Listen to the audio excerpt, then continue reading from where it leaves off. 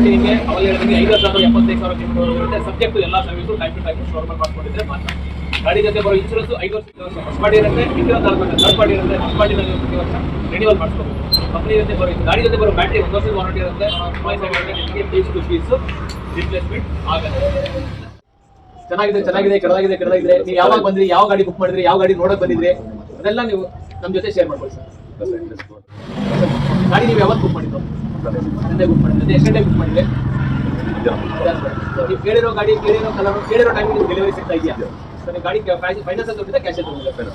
EMI down payment ಅಥವಾ executive ಅಥವಾ ನಾವು ನಿಮಗೆ ಬಂದಾಗ ನಿಮಗೆಲ್ಲ ನೀಟಾಗಿ ಮಾತಾಡಿಸಿ ಎಲ್ಲ ಇದನ್ನೆಲ್ಲ ಮಾಡಿದ್ವಿ. Thank you sir, congratulation. ದಯವಿಟ್ಟು ಲಕ್ಷ್ಮೀ ಮೋಟರ್ಸ್ನ ನಿಮ್ಮ ಫ್ಯಾಮಿಲಿ ಮತ್ತು ಫ್ರೆಂಡ್ಸ್ಗಳಿಗೆ